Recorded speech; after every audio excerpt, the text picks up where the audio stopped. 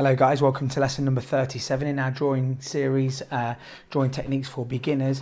I think this is probably going to see us complete our Converse trainers drawing in this session. I think we've probably got about another half an hour or so there. As you can see, in between the last lesson and today's lesson, I've done a little bit more of the details in the laces, and I've tried to just bring out some of the darker shadows at the front of the trainer as well. Let me just move the pencils out of the way there. So what we're going to do today is we're going to bring out some of these dark details along the sole of the trainer and maybe just darken up some of the shadowed areas, and then go in with a little bit of the black polychromos coloured pencil just in some of the darker areas. One thing that I did do over the last few days while I've been sort of just playing around with this is, if you actually have a look at the Converse badge itself, there is quite a lot of value in there. So I've brought in a little bit of the value and then taken some of the highlighted areas out, because what that badge is doing is it's got an undulation to it. It's sitting on the material and it isn't completely flat. So I've had a look at that and I will continue with that a little bit. So without further ado, let's crack on with this. I'm going to go in with the HB pencil to start with, and I'm just going to have a look at what we've got in there. So it looks to me as though we've got the back end of the star. There's another star in there towards the left hand side. So I'm just going to just gently bring that out with the HB pencil, and I'm going very, very lightly with this. And we have then what looks like I'm guessing it's a stylized S.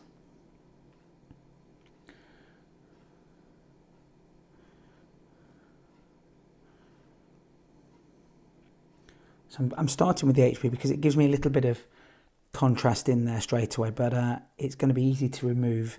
I'm obviously freehanding this in, so if I do make any, I'm guessing this says star.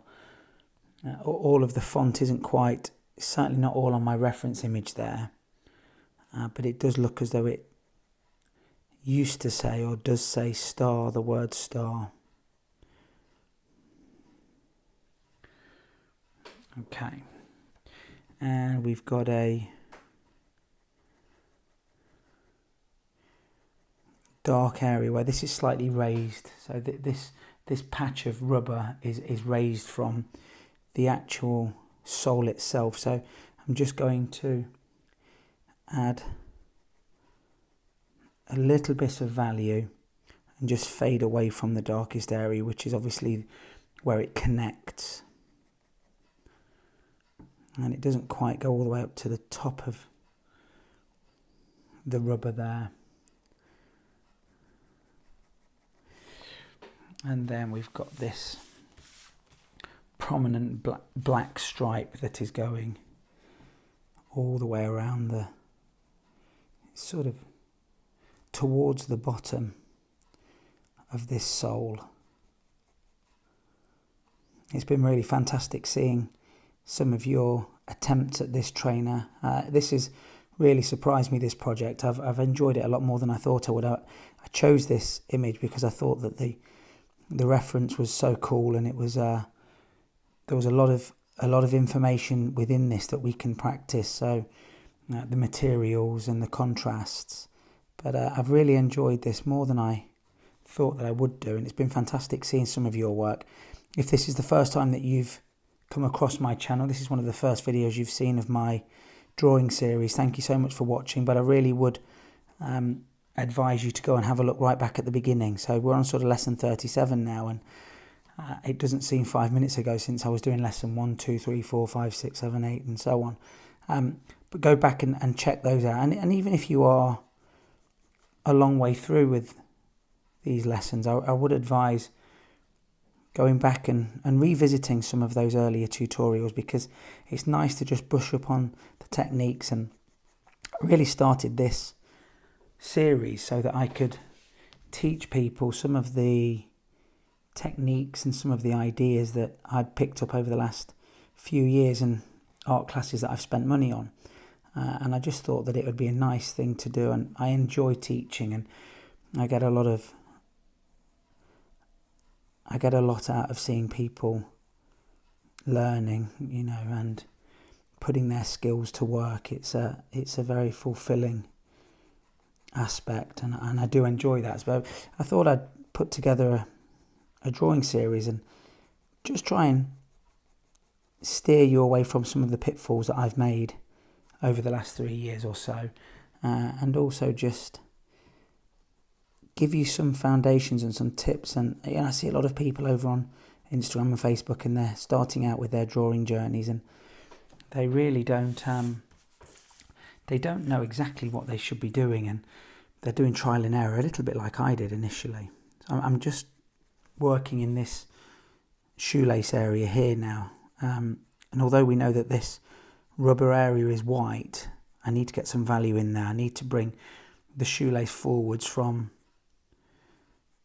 the rubber itself. So I'm just going to use, again, like this. I've not changed from this HB at all just yet. So I'm just bringing some value into that area there, and it's just going to give me some separation. It's going to give me a separate area, a shadowed area underneath the shoe lace itself, and again the same on this side. So going back to those early lessons, learning about the tapered stroke, and the technique that I'm using doesn't require any blending. So we don't use blending stumps, and we don't use tissue paper and things like that to blend. I'm sort of teaching you how to draw in the rawest form, I guess. And then from there, you can go ahead and have a go and try things out as you will and as you please. But I think this foundation and understanding how to create a wonderful drawing without having to smudge and damage the tooth of the paper just gives you so much control. And it's certainly a technique that does take a little while to master, and it certainly takes a while with each drawing. I mean, some of the drawings that I've done in the past have taken me in excess of 20 hours, and I know I could have done it quicker if I'd have used blending stumps, and possibly wouldn't have had the same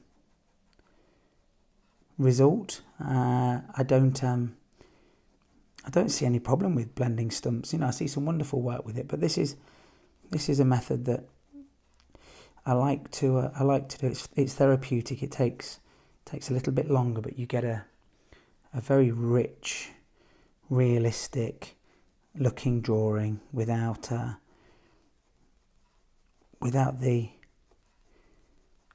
graphite shine that you sometimes get when you're blending and you're smoothing down the tooth of the paper. The graphite, which is a very reflective and very smooth material, tends to give you that ugly graphite shine, which I know that as a few of you have been speaking about over on the group. If you've not found our Facebook group, it's called Tutorial Tuesdays Beginner to Pro. Go and join that. Ask to join that, and I will accept you into the group. And we're a pretty good group. We're full of praise and help and constructive criticism, which is what we all need.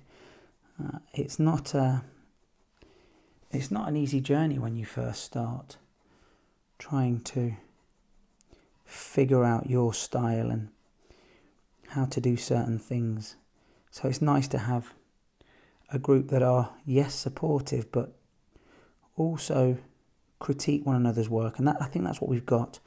Now, I've not run into any silly posts recently that, you know, are spammy or self-promoting. We are quite a helpful group. So yeah, find that, come and join us. Don't forget to subscribe to the channel. It does make a huge difference. Let's get those videos out there to people that will benefit from them. And whether you're a complete beginner or you've been drawing for a few years now, there's always something that we can learn. And I think there's something nice about drawing together in real time. I've done a lot of time-lapse videos in the past, and they're okay to watch, but it's lovely to draw along. It's exactly how I learnt, doing online courses and things like that, where I was drawing along with various teachers. Now I'm going to use a brush just to brush some of this value in. I'm using a very soft brush. I only use this brush for my graphite work.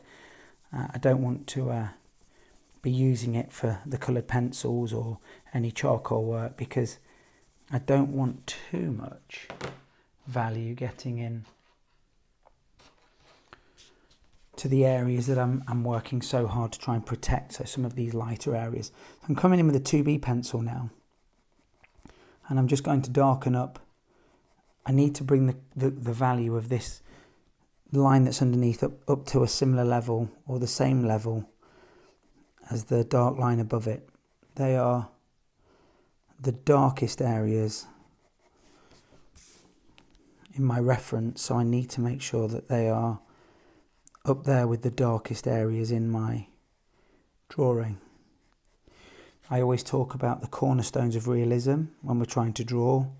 I guess the same rings true if you're using coloured pencils or even painting. We need contrast. We need to lay down very early on the darkest areas. We also need to protect the lightest areas. So the contrast between the light areas and the dark areas is very important. And it's probably the lesson that's taken me the longest to start getting to grips with. We also need smooth transitions, so we don't want harsh lines between one value change to another. Hence this technique where we're feathering on the value and using these tapered strokes. It's one of the reasons why it's so useful. And we also need an accurate drawing initially. So for the last couple of drawings, I've shown you how to use the grid method. Now, the grid method is definitely not the only method, but it's certainly one that I use occasionally for some of my cartoon work. I've also shown you some ideas using either a compass or a divider.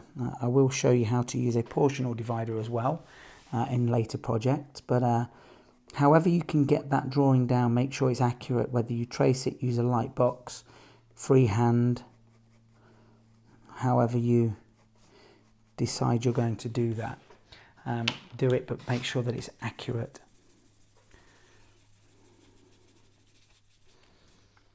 So I'm going to just go over this writing at the back a little bit, and I'm just going to darken that up, because again this is quite dark. It's black in my reference image, so I definitely want this to be of contrast to the area around it.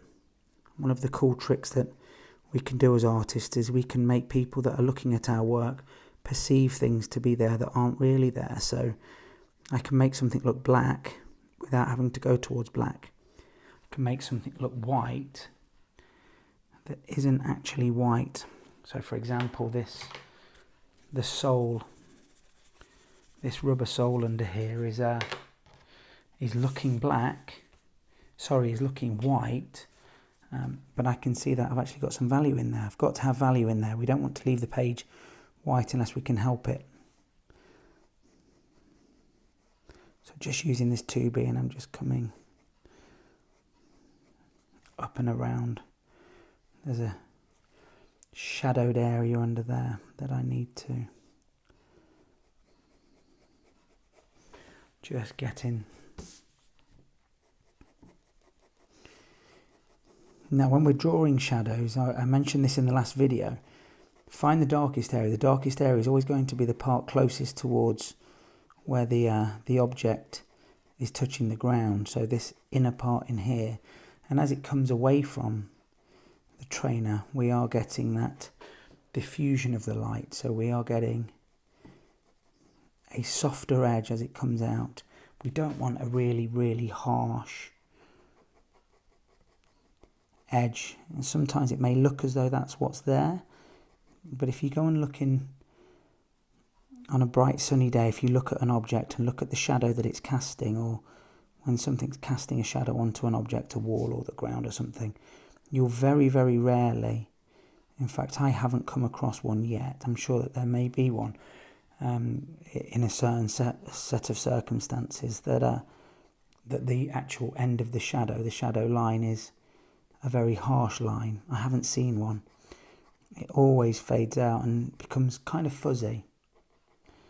So that's definitely something that those little details are going to make our drawing look realistic, and they're going to take our drawing from one that looks good and people appreciate, but to one that looks super realistic, which is what we want.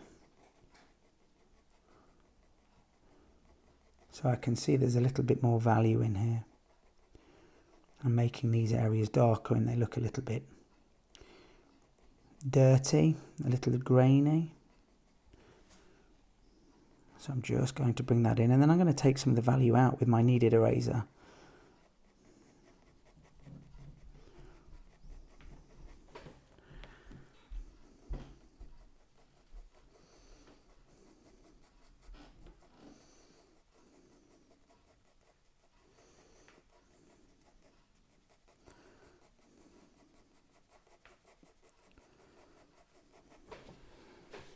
So just using the brush now, I'm just going to again just brush some of that value in there. Now we've got some detailing at the front of the trainer here. We've got this zigzaggy type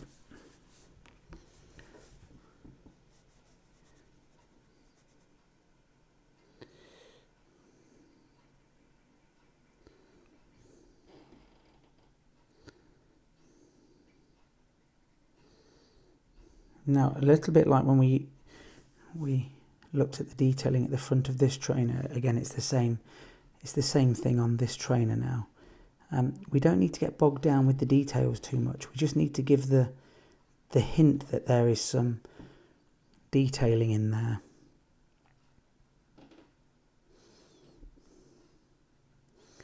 And that's sometimes enough to make the person looking at our drawing interpret this as being realistic. We can sometimes get a little bit too bogged down in the details and we make things look artificial.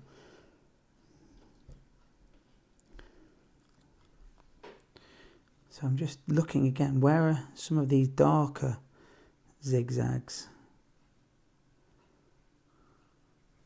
And then I'm going to take my Mono Zero eraser and just bring some highlights out, because even in the darkest areas, like we've spoken about many a time, there are still highlighted areas. And it's those highlighted areas that are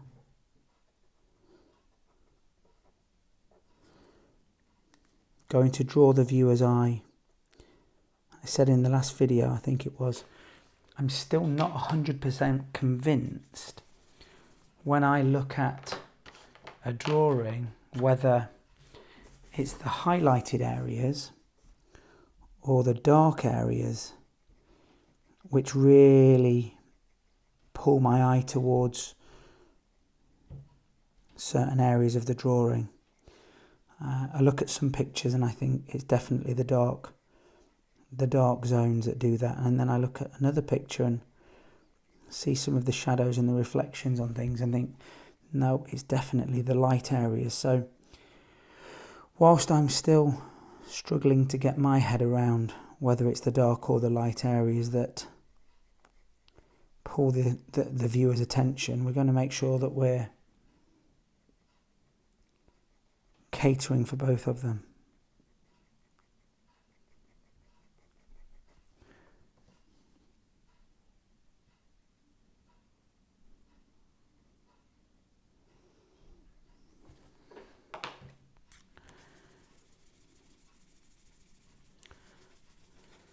Now I can see that this shoelace here is much more highlighted than I've got it, so I'm just going to take away some of the value now in there, and this will be something that we do right at the very end as well before we finish our drawing off.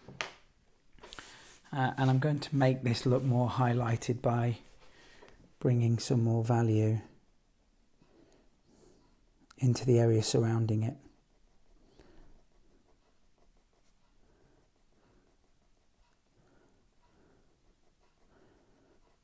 Which is why I like to work in the dark areas first and build my picture up that way. It allows me to get a whole picture and a big picture view of what's going on and which areas need balancing, which areas need toning down.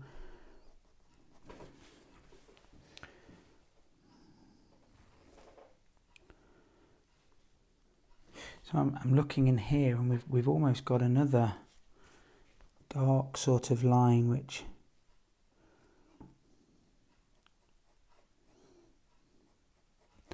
is in stark contrast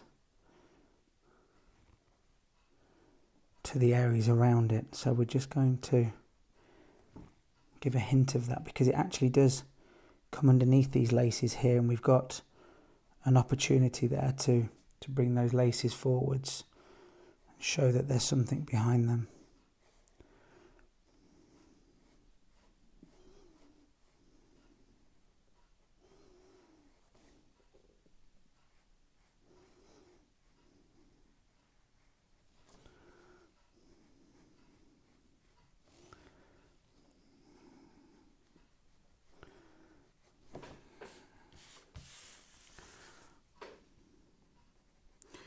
Just adding a little bit of shadow just on the bottom of that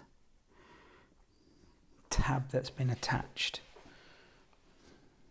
Okay, so I'm going to use this Polychromos black pencil crayon or coloured pencil now, and I'm just going to really start to just ramp up some of the contrast in this black area under the, or on the sole of the trainer.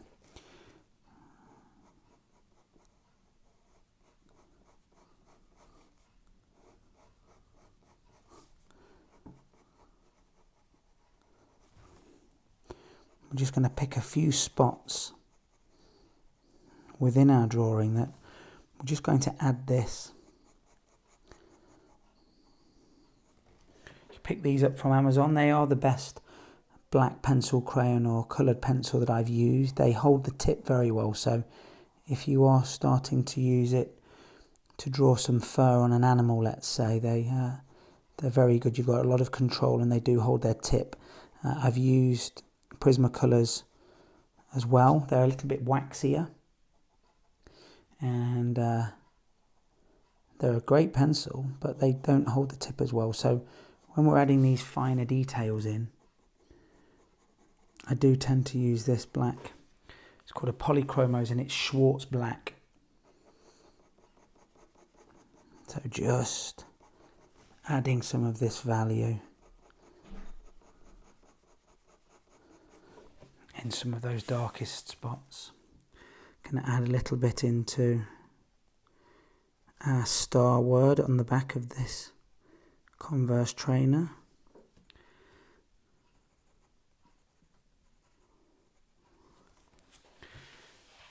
And I think I'm just going to add a little bit just in this crease. I just want to bring this piece of material that's stuck onto the back, I just want to bring it forwards a little bit. So I'm just going to sporadically add some of the very dark black in there.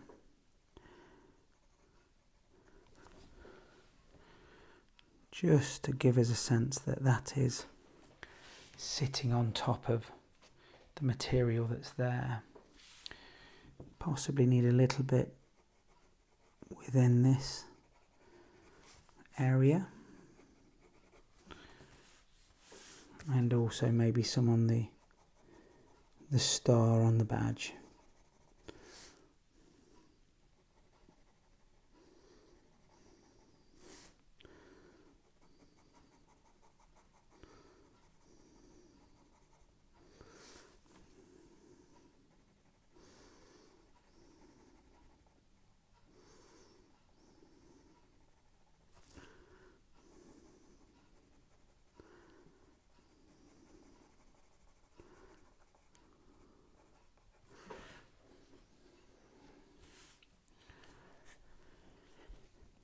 Couple of dark spots in this eyelet, so I'm just looking at the reference, and I'm just finding those dark areas, the darkest areas, so just underneath the shoelace here, just bringing some value into that. This is perhaps my favourite part of any drawing. It's just adding those elements that are going to catch somebody's eye. make them stop and take a double take.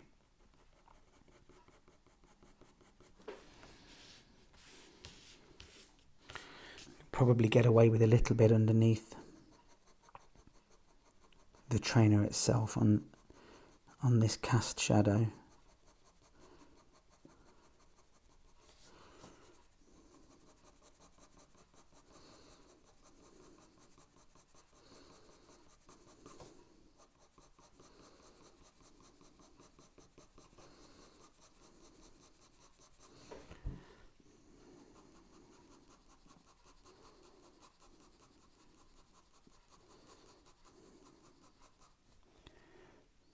And if we do get this slightly darker edge within the shadow, it does stop your object from having that floaty appearance.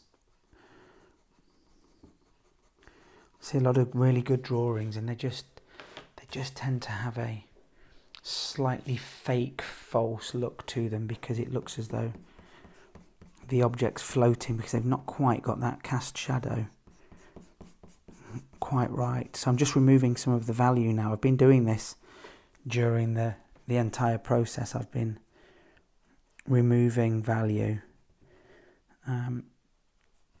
as often as I can, because these Caran D'ache grafwood pencils which I use, and every pencil does move around to an extent, but the graphite moves significantly.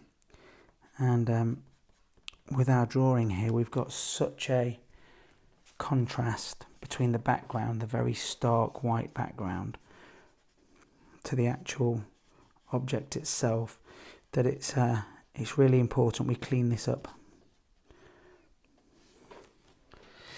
So I'm going to take a little bit of value now out of the laces here, because we've identified those as being our whitest areas.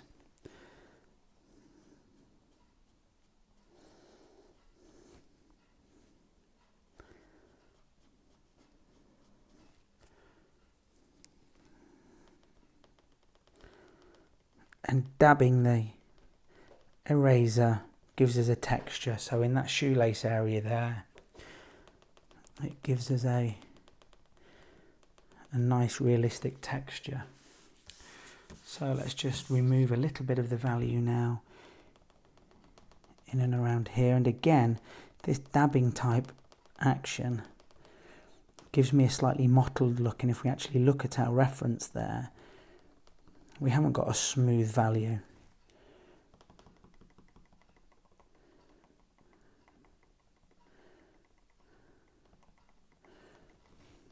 We do have darker elements, lighter elements within it.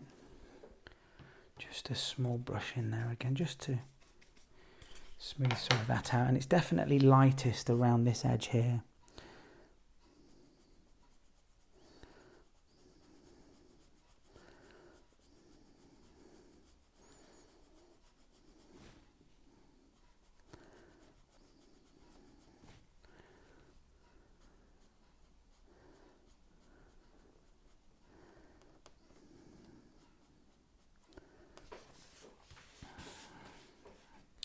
So I'm just going to remove again a little bit more of the value. If you actually look at this badge, there's a movement within it, there's an undulation. So I'm just going to remove some of that, and those highlighted areas are the areas that are sticking out. The darker areas are the areas that go underneath. Just going to remove a little bit more value now with the Mono Zero eraser, just within those eyelets.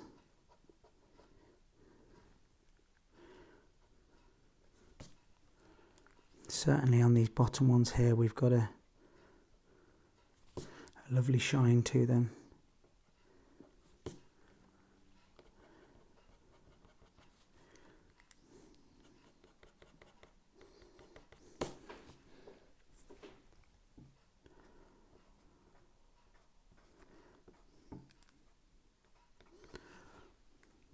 Taking out some highlighted areas within the details, but again, not getting too bogged down with it.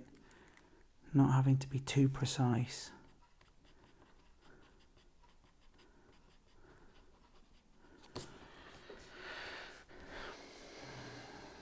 And that, I think,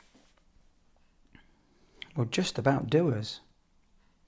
Like I've always said, we can spend a lot more time once we get to this initial stage just fine-tuning and tweaking, but I think for the purposes of the tutorials and the lesson that I'm trying to teach you and how to create some realism, I think we've touched upon most of those bases. So I will probably have a play around with this for another 5 minutes or so, but I think I'm at a stage with it where I'm happy to call that one done. All that's left now for us to do is to sign our drawing, which is always important. So looking for a space on there that's not going to take too much attention away from the drawing itself. And I think I'm going to come in just underneath the shadow